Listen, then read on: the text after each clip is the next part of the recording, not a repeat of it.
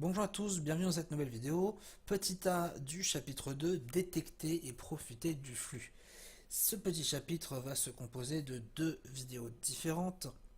Dans un premier temps, les points pivots et dans un deuxième temps, les bandes de Bollinger. On va continuer tout de suite par les mouvements de marché. Alors qu'est-ce que le flux? Eh bien tout simplement le flux, c'est un mouvement important qui survient dans une phase précise de marché et il est tout à fait possible de savoir quand ce flux arrive, en tout cas ce flux potentiel, avec bien encore une fois des indicateurs tels détecter la tendance, détecter la convergence et ainsi de suite. Comment détecter le flux, comment détecter la fin d'un flux, c'est l'objet de notre chapitre aujourd'hui. Dans ce deuxième interchapitre, nous allons voir les mouvements de marché. Le marché ne monte jamais directement ou ne baisse jamais d'un coup. Celui-ci évolue en termes de paliers. Et on peut comparer en fait ce graphique précédent avec un graphique tracé selon le palier du module. Et vous pouvez voir que justement, sur ce graphique, on passe de ce type de graphique à ce type de rectangle. Bien évidemment, ces rectangles-là, ce sont moi qui les ont créés. Comment? Eh bien, tout simplement grâce à un indicateur qui survient tout constamment dans la formation et qui nous est extrêmement utile. En ajoutant le prix une nouvelle fois, on constate que les paliers sont généralement plus hauts que les plus hauts du cours. Et pourquoi? Le haut de chaque palier, justement, pour un palier baissier, et le bas de chaque palier pour un palier haussier, permet de garder le sens du mouvement. C'est-à-dire que au niveau des flèches que j'ai tracées, si on casse ce niveau, pour moi, c'est terminé, je ne serai plus vendeur. D'accord? Tant que le cours est en dessous du haut du palier, pour le palier baissier, il faudra alors uniquement vendre. Tant que je suis en dessous de mes flèches en rouge, je vends. Si je suis au-dessus, je me mets à acheter. Pareil pour le palier vert, si je suis au-dessus, j'achète, si je suis en dessous, je vends. Reprenons le graphique à nu pour essayer de mieux comprendre comment j'ai pu tracer ces rectangles qui ne sont en fait qu'une création de ma part, mais qui sont purement visuels donnés par un indicateur. Et bien tout simplement, c'est l'indicateur les points pivots. Mais pas n'importe quel point pivot, puisque ce sont les points pivots 1 heure. En fait, cet indicateur-là, il va calculer encore une fois le cours le plus haut, le plus bas et le cours de clôture divisé par 3 sur 1 heure de cotation seulement. Alors ce point pivot il s'utilise uniquement sur du 1 minute et du 5 minutes et va être extrêmement efficace pour détecter la convergence d'un marché et le flux potentiel. Nous utilisons pour détecter le fond d'une tendance et en 1 minute, il servira alors à détecter la fin d'un mouvement. Prioritairement, c'est la fin d'un mouvement qui va être le plus intéressant. La couleur, si on ajoute un remplissage entre le cours et le point pivot 1 heure, nous permet donc d'identifier clairement le sens d'un mouvement. Les paliers que nous avons tracés partent depuis ces points pivot 1 heure. Ils constituent donc une résistance tant que le cours évolue en dessous, le mouvement est baissier. C'est ce qu'on appelle en fait en trading le crossover.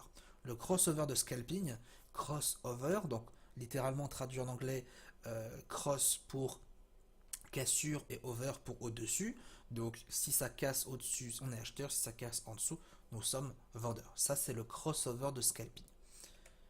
On doit uniquement donc vendre dans des marchés baissiers. Les ventes sont terminées uniquement lorsque le cours casse son crossover en scalping. En l'occurrence, à 11 heures pile poil, comme par hasard la fin du cycle 1, lorsque le remplissage justement devient vert, le point pivot 1 heure repart à la hausse. On ajoute alors un stochastique paramétré 11, 5, 3 comme on le fait tout le temps, avec deux niveaux, 20 et 80 pour l'achat et la vente. Et on relève tous les points hauts dans ce mouvement baissier au-dessus de la zone de surachat 80. Donc on est dans un marché baissier, on détecte tous les points hauts du stochastique. On obtient alors sur le cours 3 points hauts, on pourra ouvrir alors 3 trades vendeurs. Sur ces 3 trades, le premier a un gain au plus bas de 65 points, le deuxième a un gain de 25 points et le troisième de 8 points. Un seul de ces trades peut suffire pour atteindre l'objectif journalier.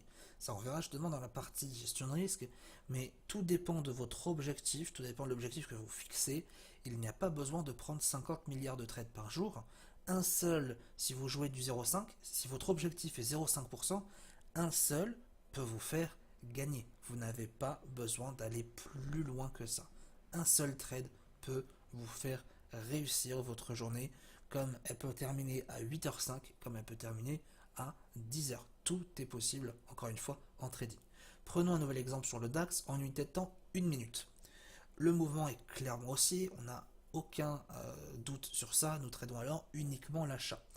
Mais justement, ce qui va nous intéresser justement, c'est de se dire à quel moment on va arrêter l'achat et à quel moment on va se dire on continue d'acheter. On peut alors ajouter une moyenne mobile pour confirmer le sens de celui-ci, une moyenne mobile sans exponentielle, avec un petit remplissage et on voit effectivement que le mouvement est plus qu'haussier. Et maintenant, si on va décortiquer un petit peu les paliers, eh bien voici ce que l'on obtient. Ce sont encore une fois nos paliers de crossover, de scalping. Pour tracer ces paliers, on ajoute encore une fois les points pivots 1 heure. Nous n'aurons pas besoin des résistances et des supports pour les pivots. En ajoutant un remplissage entre le cours et les points pivots, on obtient bien les différents paliers haussiers que compose le cours. On fera donc attention au dernier palier, le cours est très très loin de son crossover de scalping, signe d'un retournement imminent. Il faut savoir une chose, sur les marchés, lorsque votre cours est trop loin d'un pivot ou d'un outil qui est psychologique, on a ce qu'on appelle cet effet élastique. Si vous tendez un élastique, forcément, vous allez avoir le retour et ça peut faire mal. Et bien, sur les marchés, c'est pareil.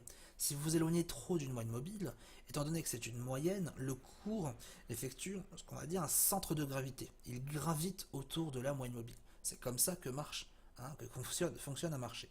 Donc si là, en l'occurrence, le point pivot est baissier, est haussier, pardon, mais le cours est extrêmement haut, le retour va être assez important. On ne peut pas savoir quand, mais le retour peut être très important. On fera donc attention encore une fois au dernier palier, le cours est beaucoup trop loin. Il ne reste plus qu'à ajouter un stochastique paramétré 11, 5, 3 pour gérer toute la partie timing. On notera alors 6 points bas sur le stochastique et justement on a ici un ordre d'achat pour alors être déclenché à chaque point bas. Il faut comprendre notamment que ces techniques ne doivent pas être tradées séparément mais combinées. C'est exactement, ça fait partie de la stratégie ICT Pro. Ce n'est pas juste une technique que l'on utilise sur les points pivots 1 heure, c'est un ensemble. Sur ICT Pro, on a les points pivots 4 heures, journaliers, les moyennes mobiles. C'est vraiment un ensemble d'éléments qui nous permettent de déterminer le sens d'un marché, notamment la convergence de l'actif. Sur l'ensemble des positions, justement, on notera alors des gains respectifs de 207, 185, 170, 173 et 133 pips. Je ne dis pas en points, je parle en pips, ce qui est complètement énorme. Vous imaginez bien que 207 points de gain en latent, c'est monstrueux. C'est vraiment exceptionnel. Prenons un dernier exemple concret avec différents indicateurs qui nous permettront de filtrer le sens d'un marché. Nous allons nous concentrer sur ce mouvement baissier symbolisé par cette flèche noire et on va prendre le stochastique long terme. Non.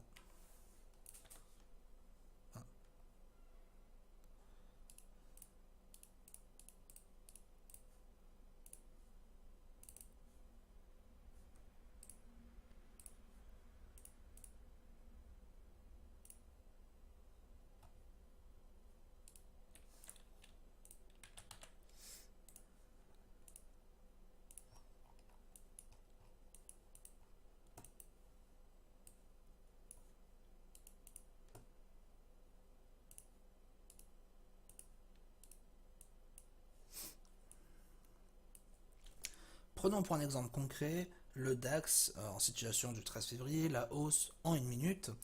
Et tout simplement, bon, là, on va pas blablater pendant 10 ans, on sait que le marché est haussier, il est au-dessus des moyennes mobiles sur les 3 unités de temps, ça c'est intéressant. Première chose, et là c'est un bon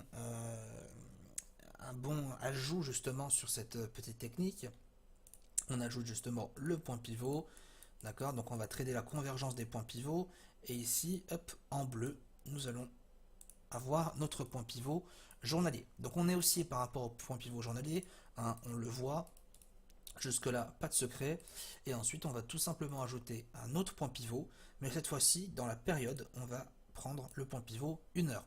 On décoche afficher uniquement la dernière période, on ajoute un remplissage entre le prix et du coup le point pivot, le pivot 2, hop, et nous voilà en présence de notre marché. Qu'est-ce qu'on peut justement en déduire de ce marché? Ce qui est très intéressant, c'est qu'on a trois types, on a trois phases dans notre marché. Et ça correspond encore une fois exactement aux différentes phases que l'on a étudiées au début de la formation. On a cette première phase de marché où tout était haussier, les points pivots 1 heure sont haussiers, le point pivot journalier est haussier. On a cette phase ici de ralentissement, donc je vais la mettre en noir, cette phase de ralentissement où là justement le marché est en dessous du point pivot 1 heure, ça c'est notre phase de distribution.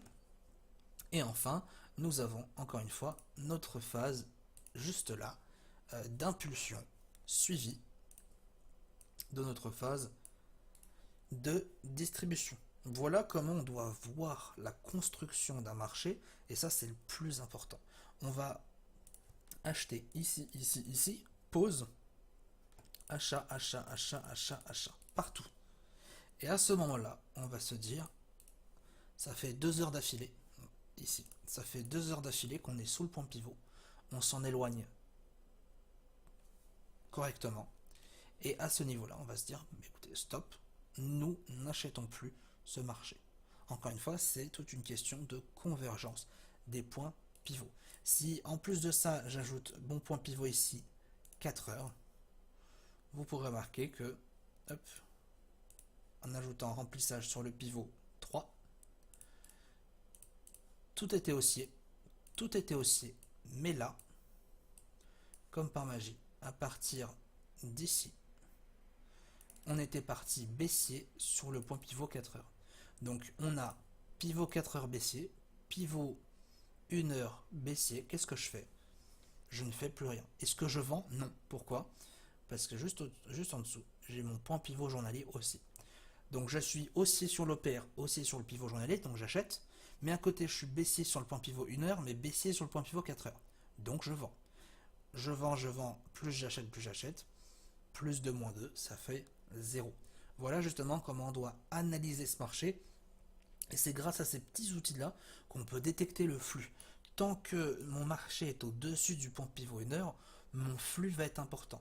Il s'en éloigne, c'est pas grave.